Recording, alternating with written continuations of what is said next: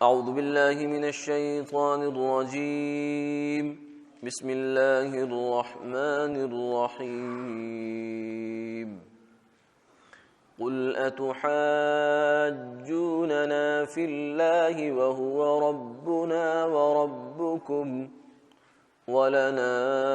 اعمالنا ولکم اعمالکم ونحن له مخلصون ام تقولون ان ابراہیم واسماعیل واسحاق ویعقوب والاسباط كانوا هودا او نصارا قل أأنتم أعلم أم الله ومن أظلم ممن كتم شهادة عنده من الله وما الله بغافل عما تعملون تلك أمة قد خلت لها ما كسبت ولكم ما كسبتم ولا تسألون عما كانوا يعملون صدق اللہ العظیم۔ آپ فرما دیجئے کہ تم لوگ ہم سے اب بھی حجت بازی کرتے ہو اللہ کے بارے میں، حالانکہ وہ ہمارا اور تمہارا سب کا رب ہے، اور ہمارا کیا ہوا ہمیں ملے گا اور تمہارا کیا ہوا تمہیں ملے گا، اور ہم تو اللہ تعالیٰ ہی کے لیے اپنے دین کو خالص کرنے والے ہیں۔ یا یہ کہے جاتے ہو کہ ابراہیم علیہ السلام، اسماعیل، اسحاق، یعقوب اور یعقوب علیہ السلام کی اولاد یہ سب یہودی ہے یا نصرانی تھے، تو آپ فرما دیجئے اے محمد صلی اللہ علیہ وسلم کہ تم زیادہ واقف ہو یا اللہ، اور اس شخص سے زیادہ ظالم کون ہوگا جو ایسی گواہی کو چھپائے جو اس کے پاس من جانب اللہ پہنچی ہے، اور اللہ تمہارے کیے ہوئے کاموں سے بے خبر نہیں ہے۔ یہ ان بزرگوں کی جماعت تھی جو گزر گئی، ان کے کام ان کے کیا ہوا آئے گا اور تمہارے کام تمہارا کیا ہوا، اور تم سے ان کے کیے ہوئے کی پوچھ نہ ہوگی۔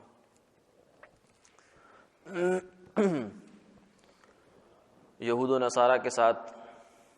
جو قرآن پاک میں مکالمہ چل رہا ہے اسی کی آیات آج بھی ہیں۔ فرمایا کہ یہ لوگ آپ سے مجادلہ کرتے ہیں، جھگڑا کر رہے ہیں، حجت بازی کر رہے ہیں اللہ کے بارے میں کہ اللہ کے ہم زیادہ قریب ہیں، ہمارا اللہ سے زیادہ تعلق ہے، ہم زیادہ مقرب ہیں، ہمیں زیادہ محبت حاصل ہے۔ مختلف قسم کے جو دعوے تھے یہود کے اور نصارہ کے وہ پیچھے ذکر ہوئے، تو فرمایا کہ بات یہ ہے کہ ہوا ربنا و ربکم، اللہ تو سب کے یکساں ہیں، وہ کسی کے جو ہے وہ الگ سے نہیں ہے کہ خدا تمہارے رب تو ہوں اور ہمارے نہ ہوں، ایسا نہیں ہے۔ اللہ کی جو ربوبیت کا تعلق ہے اور اس کی خالقیت کا تعلق ہے وہ تو سب کے ساتھ یکساں ہے، اور اللہ کی جو یہ والی رحمت ہے ربوبیت کی رحمت، یہ تو کافر، مسلمان، مطیع و فرما بردار اور نافرمان سب کے ساتھ یکساں ہے۔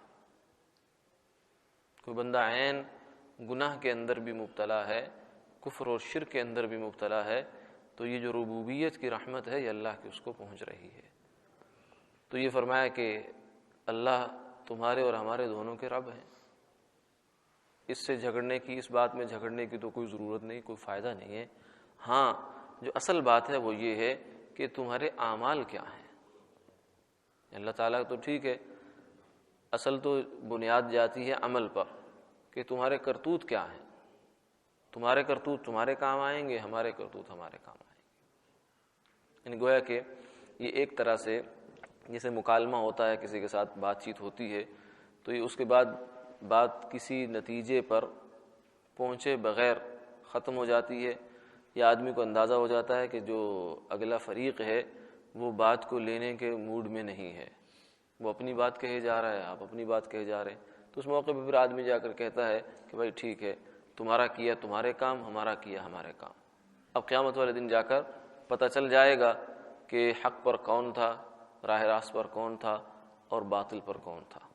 اللہ تعالیٰ سے تعلق کس کا زیادہ ہے اور کس کا کم ہے۔ لنا اعمالنا ولکم اعمالکم۔ تو فکر کرنے کی ضرورت جو ہے وہ یہ ہے۔ آج بھی جو ہے امت مسلمہ میں بھی بہت سارے لوگ جو ہے وہ اس چیز میں آگے بھی آ رہی ہے آیات کے اندر کہ یہ دعویٰ اور انتساب جو بزرگوں کا ہوتا ہے وہ ہر کوئی اپنی جانب کرنے کی بہت کوشش کرتا ہے کہ فلاں بزرگ جو تھے یا فلاں جو بڑا عالم ہے وہ ہمارے طبقے کا ہے، ہمارے فرقے کا ہے، ہمارے مسلک کا ہے، لیکن اس چیز کی فکر نہیں ہوتی کہ ہم کیا ہیں۔ تو قرآن پاک نے یہاں بھی متوجہ کیا، یہود کو بھی متوجہ کیا، اصول تو سب کے لیے ایک ہے، چاہے وہ کفر اور ایمان کی سطح پر بات ہو یا نیچے کسی درجے پر بات ہو، کہ فرمایا کہ جو ہو گئے وہ ہو گئے، جو بزرگ، جو نیک، جو لوگ، جو علماء پہلے دنیا سے ہو گئے، چلے گئے، ان کے اعمال ان کے ساتھ ہیں، تمہارے اعمال کا تم سے سوال ہونا ہے۔ تم صرف یہ دعویٰ نہ لیے پھرو کہ ہمارا فلاں کے ساتھ اتنا تعلق ہے یا ہم فلاں کے ساتھ ایک نسبت رکھتے ہیں، صرف یہ دعویٰ کافی نہیں ہے، اپنے اعمال کی بھی فکر کرو۔ وَلَنَا أَعْمَالُنَا وَلَكُمْ أَعْمَالُكُمْ وَنَحْنُ لَهُ مُخْلِصُونَ۔ ہم اللہ کے لیے عبادت کو خالص کرتے ہیں، بس ہمارا تو جو ہے وہ بنیاد یہ ہے، امتیاز یہ ہے۔ اگر تم بھی کرتے ہو تو آ جاؤ، اللہ کی توحید کی دعوت تمہیں دیتے ہیں، لیکن اگر تم نہیں کرتے تو ہمیں تو یہ کرنا ہے۔ ہم تمہارے کہنے پر آ کر اپنی عبادت کو شرک کی آمیزش اس میں نہیں کر سکتے۔ پھر آگے یہی بات اور انداز میں ایک آئی سامنے کہ یہود و نصارہ یہ کہتے ہیں کہ ابراہیم علیہ السلام، اسماعیل، اسحاق، یعقوب یہ سب کیا تھے؟ یہودی تھے یا عیسائی تھے؟ اور میں کیا ظلم کرتے ہو؟ یہودیت اور عیسائیت کی جو شکل تم پیش کر رہے ہو، محرف، مسخ شدہ، حقائق کو چھپانے والی، کہ جانتے بوجھتے ہوئے حقیقتوں کو چھپا رہے ہیں، جانتے بوجھتے ہوئے۔ الذین یعرفونہ کما یعرفون ابناءہم۔ فرمایا یہود و نصارہ کو حضور کی حقانیت کا علم ایسے ہے جیسے اپنی سگی اولاد کا والدین کو ہوتا۔ اس کے بہت سارے قرائن اور شواہد ہیں، لیکن چھپا گئے، ہضم کر کے بات کو۔ یہود کے سارے علماء اور عیسائی جو ان کے پادری اور راہب تھے وہ سب اس بات کو ہضم کر گئے، صاف ہضم کر کے، نہیں یہ بات کوئی ایسی بات کوئی نہیں ہے۔ تو بلکہ اس کی بجائے ظلم یہ کیا کہ کہنے لگے کہ ابراہیم علیہ السلام، اسماعیل، اسحاق، یعقوب اور اولاد یعقوب میں جتنے نبی بھی آئے ہیں وہ عیسائی کہتے ہیں عیسائی تھے، یہودی کہتے ہیں یہودی تھے۔ تو خدا کا خوف کرو۔ قل اانتم اعلم ام اللہ۔ اللہ زیادہ جانتے ہیں ان کے بارے میں، تم جانتے ہو، تمہیں تو اپنی بھی پوری خبر نہیں ہے۔ ومن اظلم ممن کتم شہادۃ عنده من اللہ۔ پھر آگے فرمایا کہ جس کے پاس گواہی موجود ہے، یعنی اسلام کی حقانیت کی، حضور صلی اللہ علیہ وسلم کی نبوت کی حقانیت کی، اور اصل بات کی کہ اصل بات کیا ہے۔ تو پھر بھی کوئی بندہ اگر اس چیز کو چھپاتا ہے تو اس سے بڑا ظالم کون ہے؟ یعنی اللہ کی جانب سے ایک چیز اس کے پاس آئی بھی ہے۔ مثلا اس کی مثال یوں سمجھیے کہ جیسے پرانے زمانے میں، آج بھی ہو سکتا ہے، لیکن جب خط جو ہے وہ آیا کرتے تھے کسی کے پاس، یا کوئی پیغام آتا تھا فون پر کوئی دور دراز سے، تو اس موقع پر اگر کسی کے پاس کسی کا کوئی پیغام پہنچا ہو کسی کے بارے میں، یا کوئی منی آرڈر ہی آیا ہو، کوئی پیسے آئے ہوئے ہوں، اور وہ اس کو چھپا جائے، اس سے پوچھنے کے لیے بھی آئے یار تمہارے پاس کوئی پیغام یا میرے کوئی جو ہے چٹھی تو نہیں آئی، وہ کہ نہیں کوئی ایسی بات نہیں آئی نہیں۔ تو یہ کتنا بڑا خائن آدمی ہے کہ اس کے پاس ایک امانت آئی ہوئی ہے اور یہ اس کو بالکل ہضم ہی کر گیا، تذکرہ ہی نہیں کر رہا کہ ہاں کوئی چیز آئی ہے میرے پاس۔ فرمایا کہ یہ بنی اسرائیل اور یہ یہود و نصارہ کا حال تو یہ ہے کہ ان کے پاس اللہ کی جانب سے امانت تھی، کیا؟ کہ حضور صلی اللہ علیہ وسلم کی نبوت کی گواہی، جس کی ہر نبی نے بشارت دی جن کے آنے کی۔ عیسیٰ علیہ السلام نے دی، موسیٰ علیہ السلام نے دی، بلکہ نام تک لے کر دی۔ اور جو تورات کے پرانے اصل جو بعض نسخے ہیں انجیل کے، ان میں حضور صلی اللہ علیہ وسلم کا باقاعدہ ایسا حلیہ بیان ہے جیسا کہ ہماری حدیث کی کتابوں میں ملتا، کہ وہ ایسے نبی ہوں گے، ان کی چال ایسی ہوگی، وہ اگر پتوں پر بھی چلیں گے، خشک پتوں پر بھی، تو آواز نہیں آئے گی، اتنی دھیمی چال، اس حد تک باریکی کے ساتھ یہ چیز بیان ہے۔ لیکن انہوں نے جو انجیل کے بہت سارے نسخے تھے ان میں سے 4 نسخوں کو باقی رکھا، باقی سب کو ادھر ادھر کر دیا، اور ان کے اندر بھی اس قدر اختلافات اور تحریفات ہیں کہ خدا کی پناہ۔ ایک انجیل کا نسخہ جو ہے وہ چھاپا تھا کسی نے، جو انجیل برنباس کے نام سے، یہ سیدنا عیسیٰ علیہ السلام کے حواری تھے برنباس بھی، تو ان کی یہ انجیل ہے۔ اس کے اندر آپ صلی اللہ علیہ وسلم کی جو پیشگوئی ہے وہ نام کے ساتھ ہے، لیکن یہ اب اس کو مانتے نہیں ہیں، کہتے نہیں یہ اصل نہیں ہے، یہ جعلی ہے۔ تو یعنی اس حد تک جو ہے وہ خیانت پر اتر آئے، اس لیے فرمایا ومن اظلم ممن کتم شہادۃ عنده من اللہ، اللہ کی جانب سے تمہارے پاس ایک گواہی آئی ہے، ایک بات کا تمہیں بتایا گیا ہے، اب تم اس کو چھپاتے ہو، تم سے بڑا ظالم کون ہوگا؟ وما اللہ بغافل عما تعملون، یاد رکھو یہ تو دنیا کی زندگی ہے، یہاں تو امتحان ہے، یہاں تو فوراً پکڑ نہیں آئے گی، لیکن وما اللہ بغافل عما تعملون، جو کچھ تم کر رہے ہو کیا سمجھتے ہو کہ اللہ کو خبر نہیں ہے اس کی؟ ولا تحسبن اللہ غافلا عما يعمل الظالمون، اللہ کو تم ظالموں کے کرتوتوں سے بے خبر نہ سمجھو، انما یؤخرهم لیوم تشخص فیہ الابصار، اللہ ان کو ڈھیل دے رہے ہیں اس دن کے لیے، ان کے جرائم کی فہرست بڑھا رہے ہیں تاکہ ان کو جو پکڑ آئے تو خوب آئے، لیوم تشخص فیہ الابصار، اس دن تک ان کو لے کے جا رہے ہیں جس دن میں آنکھیں چڑھ جائیں گی، مہطعین مقنعی رؤوسہم لا یرتد الیہم طرفہم وافئدتہم ہوا، اس دن ایسے ذلیل ہو کر آئیں گے، ایسے خوار ہو کر آئیں گے کہ ان کی نگاہ اوپر نہیں اٹھے گی،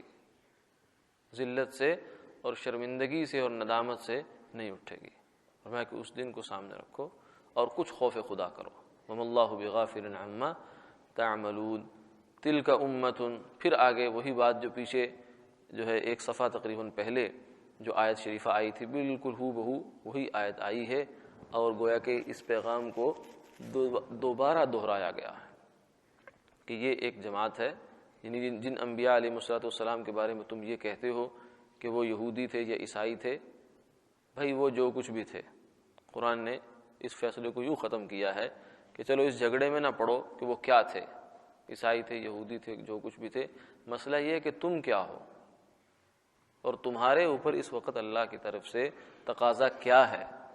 اور تمہیں کرنا کیا چاہیے اور تم کر کیا رہے ہو۔ تلک امۃ قد خلت، یہ تو ایک ایسی جماعت ہے جو اپنے اپنے وقت میں کام کر کے چلی گئی، جو اس وقت کا ان کے اوپر اللہ کی جانب سے حکم اور تقاضا تھا انہوں نے پورا کر دیا، لہا ما کسبت، جو انہوں نے کیا وہ ان کے کام، وَلَكُمْ مَا كَسَبْتُمْ، اور جو تم نے کیا یہ تمہارے کام آئے گا، وَلَا تُسْأَلُونَ عَمَّا كَانُوا يَعْمَلُونَ، اب تمہیں اس فکر میں پڑنے کی ضرورت نہیں ہے کہ وہ کیا کر گئے، تمہیں تو اپنی فکر کرنی چاہیے۔ اسی آیت شریفہ کو بعض علماء جو ہیں وہ اس موقع پر بھی پیش فرماتے ہیں جب کچھ لوگ تاریخی واقعات جو سیرت میں اور اس کے بعد پھر جو ہے وہ صحابہ اکرام رضوان اللہ علیہ مجمعین کے جو آپس میں باہمی اختلافات ہوئے، جسے مشاجرات کہا جاتا ہے، کچھ لڑائیاں بھی ہوئیں، تو ان کے موقع پر بھی کسی نے پوچھا امام صاحب سے، غالباً پوچھا کہ آپ کا ان کے بارے میں کیا خیال ہے، ان لڑائیوں کے بارے میں، سیدنا معاویہ سیدنا علی کی آپس میں لڑائی ہوئی، سیدہ عائشہ رضی اللہ تعالیٰ عنہ کی،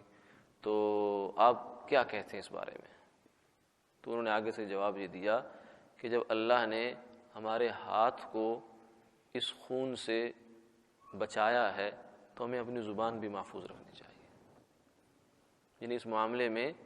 ہمیں جب عملاً ہم شریک نہیں ہوئے تو اب ہم زبان سے بھی اپنے آپ کو ہمیں محفوظ رکھنا چاہیے، کیونکہ یہ بڑا نازک جو ہے وہ موقع ہے اور بڑا نازک موضوع ہے تاریخ کا، مشاجرات صحابہ۔ تو یہ ایک اصول بھی دے دیا اس بات کا کہ آدمی کو ہر چیز پر کمنٹ نہیں کرنا چاہیے. یعنی جب بھی جو بھی سوال کسی سے پوچھا جائے وہ کہے کہ ہاں ہاں میں اس میں ایک رائے رکھتا ہوں، یہ ہے، یوں ہونا چاہیے تھا، یوں نہیں ہونا چاہیے تھا، حضرت عثمان کو یوں نہیں کرنا چاہیے تھا، فلاں کو یہ نہیں کرنا چاہیے تھا، یہ نہیں کرنا چاہیے تھا. یہ اب اس وقت بیٹھ کر ان بڑوں پر کمنٹ پاس کرنا یہ انتہائی غیر محتاط عمل ہے. تو انہوں نے اس چیز کی بہت واضح اصول میں بتا دیا کہ بھائی جب ہمارے ہاتھ اس خون سے بری ہیں تو ہم زبانوں کو بھی بری رکھنا چاہیے. یعنی صحابہ کرام رضوان اللہ مجمعین دونوں طرف بڑے ہیں، دونوں طرف بزرگ ہیں، دونوں طرف ہمارے ایمان کا حصہ ہیں. اب ہم اگر دو بڑوں میں آپس میں لڑائی ہو جائے، ماں اور باپ میں آپس میں لڑائی ہو جائے، تو اولاد کا فریضہ یہ بنتا ہے کہ دونوں کا احترام رکھے. یہ نہیں ہے کہ کسی ایک کے ساتھ لگ کر دوسرے کی توہین شروع کر دے، دوسرے کے ساتھ بدتمیزی شروع کر دے. کیوں؟ اس لیے کہ اس کے ساتھ جو جنت اور جہنم کا تعلق ہے ماں باپ کا، وہ اب بھی ہے. اگر دونوں کی آپس میں صلح ہے تو بھی وہ اس کے لیے ماں باپ ہیں، اگر دونوں کی آپس میں انبن ہے تو بھی ماں باپ ہیں اس کے لیے تو احترام کا تعلق یکساں ہے. تو اگر بڑوں کے آپس میں کوئی اختلاف اور اختلاف رائے ہو جائے یا کوئی نوبت اس حد تک بھی پہنچ جائے تو چھوٹوں کے لیے حکم یہ ہے کہ اپنی زبانوں کو تالا لگا کر رکھیں. کیونکہ یہ اس معاملے میں بولنا، کو رائے قائم کرنا یہ کوئی ضروری نہیں ہے. ہاں البتہ اپنے ایمان کی حفاظت ضروری ہے. ایسے نہ ہو کہ کسی کے بارے میں کوئی ہلکا کلمہ ہماری زبان سے نکل جائے جس کے نتیجے میں انسان ایمان سے ہاتھ دھو بیٹھے. تو یہ چیز یہ ہے اس آیت شریفہ کے اندر یہ پیغام بھی ہے. تلک امتن، کیونکہ کوئی پوچھے تو کیا ہوا، وہی تلک امتن، وہ ایک جماعت تھی، قد خلت، گزر گئی، لہا ما کسبت ولکم ما کسبتم، ان کا کیا ان کے ساتھ ہے، اب تمہارا کیا تمہارے ساتھ ہے. ولا تسألون عما كانوا يعملون، وہ جو کچھ کر گئے دنیا میں تمہارے سے قبر میں ان کا سوال نہیں ہے، حشر میں ان کا سوال نہیں ہے، محشر میں کوئی ان کے بارے میں سوال نہیں ہے. تم تو اپنے سوالوں کی فکر کرو کہ تم سے کیا پوچھا جانا ہے، ان سے کیا ہوا، کیا نہیں ہوا، غلط ہوا، صحیح ہوا، اس چکر میں نہ پڑو. آج الحمدللہ ہمارا ایک پارہ جو ہے وہ مکمل ہو گیا اللہ کی توفیق سے. اللہ تعالیٰ مزید آگے جو ہے اتمام کی توفیق عطا فرمائے.